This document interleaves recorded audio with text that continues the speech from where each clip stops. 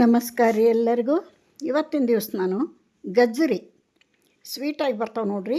ಈ ಗಜ್ಜರಿ ಪಲ್ಯ ಮಾಡಿ ತೋರಿಸ್ತೀನಿ. ರೊಟ್ಟಿಗೆ, ಚಪಾತಿಗೆ, ಅನ್ನಕ್ಕೆ ಒಳ್ಳೆ ಕಾಂಬಿನೇಷನು. ಬರೀ ಬಾಯಿಲೆ ತಿನ್ನಂಗಾಗಿರ್ತೈತೆ, ಅಷ್ಟೊಂದು ಟೇಸ್ಟ್ ಆಗಿರ್ತೈತೆ ಇದು.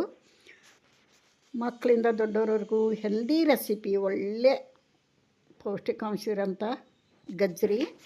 ಈ ಸ್ವೀಟ್ ಗಜ್ಜರಿ ನಮ್ಗೆ ಭಾಳ ಅಂದರೆ ಭಾಳ ಇಷ್ಟ ನೋಡ್ರಿ. ಇವನ್ನ ಸ್ವಚ್ಛಾಗಿ ತೊಳೆದು ಮೇಲಿಂದು ತೆರೆದು ಇದನ್ನು ಹಿಂದೆ ಮುಂದೆ ಇರೋಂಥದ್ದು ಬಡ್ಡಿಗಳನ್ನು ತೆಗೆದು ಈ ಥರ ಹೆಚ್ಚಬೇಕು. ಸಣ್ಣಕ್ಕೆ ಹೆಚ್ಚಿದ್ರೆ ಜಲ್ದಿ ಕುದೀತೈತಂತ ಸಣ್ಣ ಹೆಚ್ಚಿತೇನೆ ನಾನು. ನೋಡಿರಿ, ಈ ಥರ ಹೋಳುಗಳನ್ನು ಮಾಡಿ ಹೆಚ್ಕೋಬೇಕು ಎಲ್ಲ ಗಜ್ಜರಿಗಳನ್ನು. ಇವಾಗ ಈರುಳ್ಳಿ ಹೆಚ್ಕೊಳೋನು. 2 ಈರುಳ್ಳಿ ಹಾಕೇನಿ ಇದಕ್ಕೆ. ನೋಡಿರಿ, ಅತೀ ದೊಡ್ಡವಲ್ಲ ಅತಿ ಚಿಕ್ಕವಲ್ಲ, ಈ ಥರ ಇರಬೇಕು ಹೋಳು. ರೊಟ್ಟಿ ಜೊತೆಗೆ ಮಾಡಕತ್ತೇನೆ ನಾನು ಇವತ್ತಿನ. ಈ ಈರುಳ್ಳಿ ನೋಡಿರಿ ಹೆಚ್ಚ ಮಂದಿ ಇಂಪಾರ್ಟೆಂಟ್ ಅಂದ್ರೆ ಇದೇನು ಗಡ್ಡಿ ನಡುವೆ ಇರ್ತದೆ ನೋಡಿರಿ, ಇದಿಷ್ಟು ತೆಗೆದು ಬಿಡಬೇಕಂತ. ಇಲ್ಲಾಂದ್ರೆ ಕೈ ಬರ್ತೈತಿ. ಈ ಥರ ಗಡ್ಡಿನ ನಡುವಿನ ಸೆಂಟ್ರಾಗಿರ್ತೈತಲ್ಲ, ಆ ಸೆಂಟ್ರಿಗಿದ್ದ ಗಡ್ಡಿನ ಗಟ್ಟಿ ಎಂದು ತೆಗೆದು ಬಿಡಬೇಕು. 2 ಈರುಳ್ಳಿ ಹೆಚ್ಚಿಟ್ಕೋತಾನೆ. ಈಗ ಸ್ವಲ್ಪ ಪಲ್ಯಗಳಿಗೆ ಈರುಳ್ಳಿ ಜಾಸ್ತಿ ಇದ್ರೆ ಟೇಸ್ಟು. ಅದನ್ನು ಕೂಡ ಇದೇ ಸೈಜ್ನಾಗ ಹೆಚ್ಚಿಟ್ಕೋತಾನೆ. ಬಿಸಿ ಬಿಸಿ ಜೋಳದ ರೊಟ್ಟಿಗೆ ಮಸ್ತ್ ಪಲ್ಯ ರೀ ಇದು. ಅನ್ನಕ್ಕೆ ಸಹಿತ ಸೈಡ್ ಡಿಶ್ ಆಗಿ ಉಪಯೋಗ ಮಾಡ್ಬೋದು.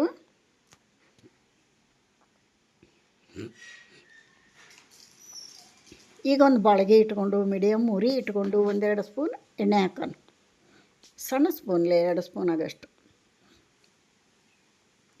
ಒಂದು 4 ಕಾಳು ಸಾಸಿವೆ ಜೀರಿಗೆ ಹಾಕೋಣ. ಅವು ಚಟಪಟ ಅನ್ನಲಿ. ಸಿಂಪಲ್ ಪಲ್ಯ ರೀ ಇದು. ಇದಕ್ಕೇನು ಮಸಾಲ ಗಿಸಾಲ ಎಂಥದ್ದು ಇಲ್ಲ, ಭಾರಿ ಟೇಸ್ಟಾಗಿರ್ತೈತಿ.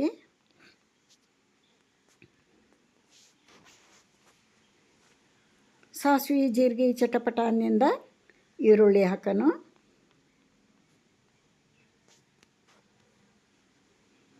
ಹಸಿ ಸ್ಮೆಲ್ ಹೋಗೋವರೆಗೆ ಈರುಳ್ಳಿ ಬಾಡಿಸ್ಕೊಳೋಣ.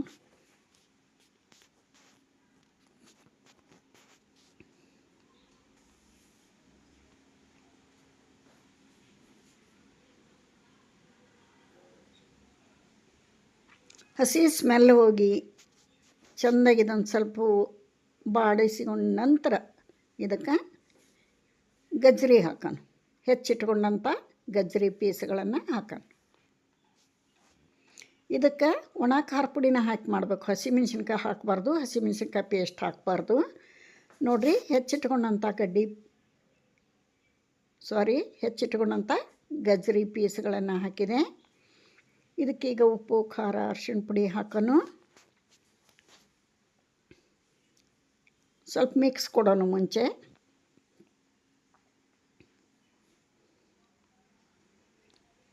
ಯಾವ ಮಸಾಲ ಪುಡಿಗಳನ್ನು ಹಾಕಿಲ್ಲ, ಹಸಿಮೆಣ್ಸಿನ್ಕಾಯಿ ಹಾಕಿಲ್ಲ.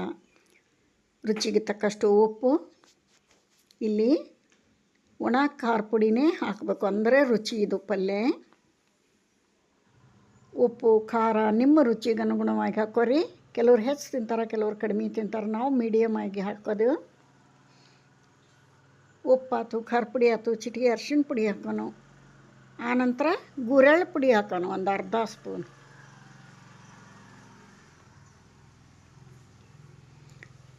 ಇದೆಲ್ಲನೂ ಚೆನ್ನಾಗಿ ಮಿಕ್ಸ್ ಮಾಡಿ ಅದು ಬೇಯೋ ಮಟ್ಟಿಗೆ ಸ್ವಲ್ಪ ನೀರು ಹಾಕೋಣಂತ. ಯಾರೆಲ್ಲ ನನ್ನ ಚಾನಲ್ ನೋಡ್ತೀರಿ ಪ್ಲೀಸ್ ಸಬ್ಸ್ಕ್ರೈಬ್ ಆಗಿ ನೋಡಿರಿ. ಈಗಾಗಲೇ ಸಬ್ಸ್ಕ್ರೈಬ್ ಮಾಡಿ ನೋಡೋಂಥವ್ರಿಗೆ ನನ್ನ ತುಂಬ ಹೃದಯದ ಧನ್ಯವಾದಗಳು. ನಿಮ್ಮ ಹೆಲ್ಪು ಸಪೋರ್ಟು ನನ್ನ ಚಾನಲ್ ಗ್ರೋ ಆಗಬೇಕು. ಹೊಸ ವಿಡಿಯೋ ಮಾಡಿ ಹಾಕೋಕ್ಕೆ ನನಗೆ ಸ್ಫೂರ್ತಿ ಅಂತ ಹೇಳ್ಬೋದು. ನೋಡಿರಿ, ಎಲ್ಲ ಮಿಕ್ಸ್ ಮಾಡಿದ್ದಾತು. ಸ್ವಲ್ಪ ನೀರು ಬೇಯ ಮಟ್ಟಿಗೆ ಹಾಕೋಣ.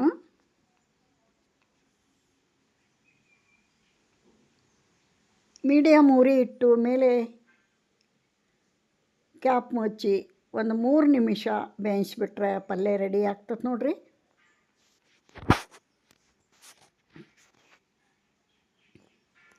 ರೆಡಿ ಆಯಿತು ನಮ್ಮ ಪಲ್ಯ. ಏನು ಸೂಪರಾಗಿ ಬಂದೈತೆ ನೋಡಿರಿ. ಮೇಲೊಂದು ಸ್ವಲ್ಪ ಕೊತ್ತಂಬರಿ ಉದುರಿಸ್ಬಿಟ್ರೆ ಮುಗೀತು. ಫೈನಲಾಗಿ ಒಂದು ಪ್ಲೇಟಿಗೆ ಸರ್ವ್ ಮಾಡಿ ತೋರಿಸ್ತೇನೆ ನಿಮ್ಗೆ. ಬಾಯಾಗ ನೀರು ಬರ್ತಾವೆ. ಈಗ ಸದ್ಯ ತಿನ್ನಬೇಕು ಅನ್ನಿಸ್ತೈತೆ, ಅಷ್ಟು ಅಷ್ಟೊಂದು ಮಸ್ತ್ ಟೇಸ್ಟಿಯಾಗಿ ಬಂದೈತಿ. ಹೆಲ್ದಿ ಕೂಡ. ನೀವು ಒಮ್ಮೆ ಟ್ರೈ ಮಾಡಿರಿ.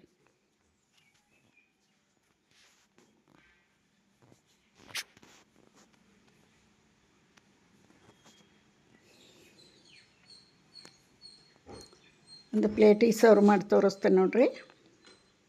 ಇದರ ಜೊತೆಗೆ ಬಿಸಿ ಬಿಸಿ ಜೋಳದ ರೊಟ್ಟಿ ಮಾಡೇವಿ ನಾವು ಇವತ್ತು.